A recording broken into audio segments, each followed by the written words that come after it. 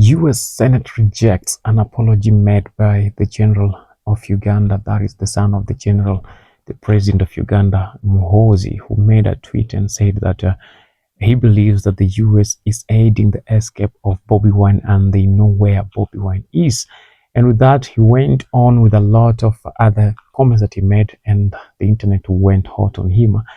And he had to apologize to the US, but that was not received well by the US Senate at any point. And that is why Jim Risk came in and said, Commander Muhoozi Kainerugaba has crossed a red line.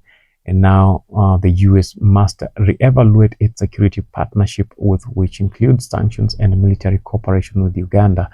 The president's son and the president's son and the president himself might likely face some sanctions. Not likely, they will face sanctions from the US.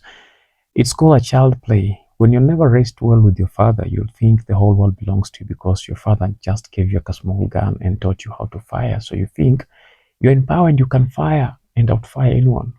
He was so proud when he said that it's only 22 NUP soldiers who have died. That was just after the general elections. And he said if he finds Bobi Wine, he will start with his polls, and he has an ambition, or he wants to kill Bobi Wine. And that was taken lightly because in Uganda, people take it lightly because they fear him. If anyone there says anything, they will come for you. But this is not the childish game or the child play game that he has been playing with Uganda. He went overboard to play with those people that no one ever dares to point a finger at them. That is the United States of America. So what will befall on Uganda will be much worse than what he expected. And the US doesn't need an army to step a foot in Uganda. They just need to make a phone call. And President Yoweri Kaguta Museveni will do as commanded. For long they have been in the president. He has been the president of Uganda for the longest, 40 years now, 40 plus years now. Not that the people of Uganda love him so much, but because he imposes himself to the people of Uganda. Let's see what Senator General says. The successor cannot just delete tweets and issue hollow apologies. The US will not tolerate this level of instability and recklessness when American personnel, US interests, and innocent lives in the region are at stake. And that is the key line. The US will not tolerate all this mediocrity and the childhood or childish sentiments. You just think you tweet and tweet, or tweet and delete and all is gone. No, it doesn't happen that way with the United States of America, and that has sent these two into hot soup. And very soon we might be seeing a regime change in Uganda, and these two might end up answering for all the atrocities that they have done. When I say these two, I mean President Yoweri Kaguta Museveni and his son Muhoozi, and any other army, military, or whatever leader who played part in that. This is coming in at a very crucial moment when the US is fighting battles at every front. Rich statements on Uganda's elections, like the recent elections in Tanzania, were a hollow exercise staged to legitimate President Yoweri Museveni's 7th term and 4 decades in power.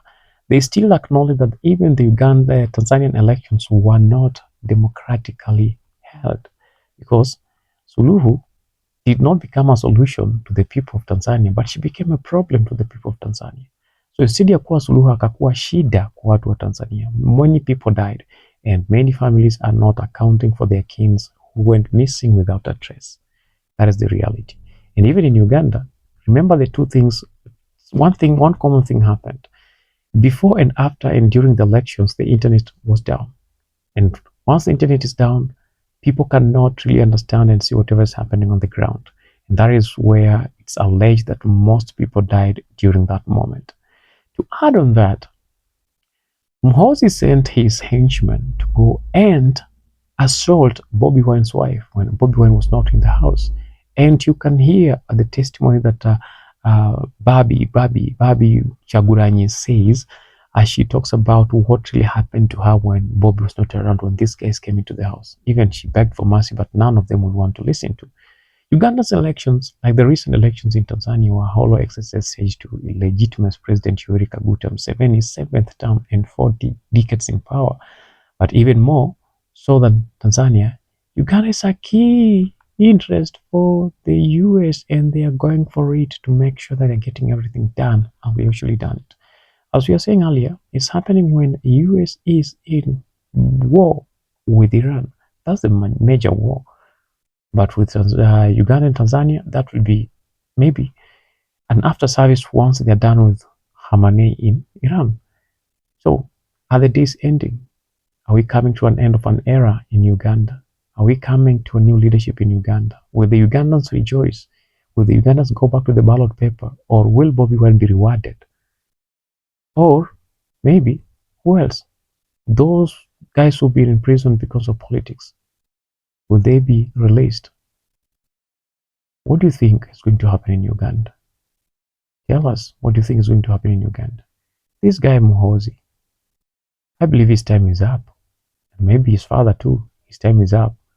No, time is up not because they are going to die, but their time is up because their leadership is coming to an end. So whatever has always been a family leadership, a family dictatorship is coming to an end. Just like any other dictator in the world, it is always time for everything.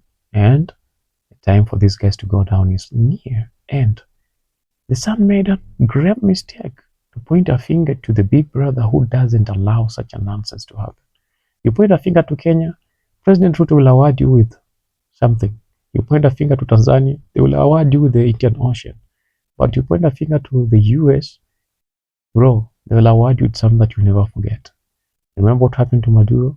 Yes, he just thumped himself just the way you were doing. Because Russia had borrowed them some air defense systems and two old Sukhoi models, and they thought they have it all. The same thing that is happening with you.